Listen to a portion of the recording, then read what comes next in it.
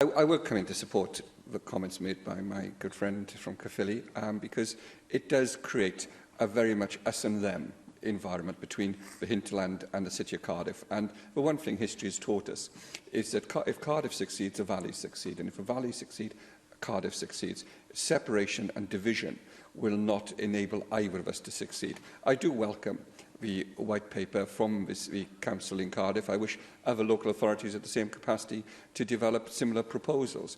But the point made about a valleys tax is well made, and it will not be acceptable to members representing Central and Eastern Valleys constituencies. But I would say to you, Minister, I do applaud the thrust of your argument, but the point you make on buses would be a better point if the Welsh Government wasn't proposing to cut the current subsidy to buses in the current budget.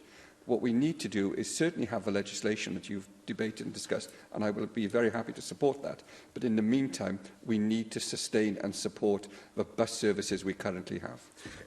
In terms of the point of division with the valleys, I think Ken Skates, the Minister for Economy, has made the point in his letter to Cardiff Council, which has been released, that this has to be done on a regional basis. And as I've just said, I think for a number of reasons that will be the case.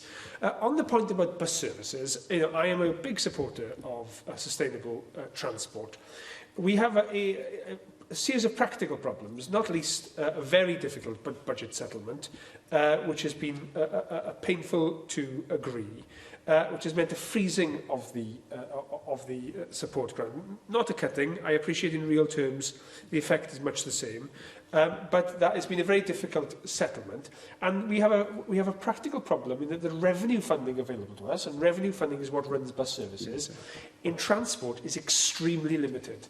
And the problem we all have, if we are sincere about addressing the climate emergency, we need to address behaviour change. Behaviour change is about people, it's about services, it's about revenue funding.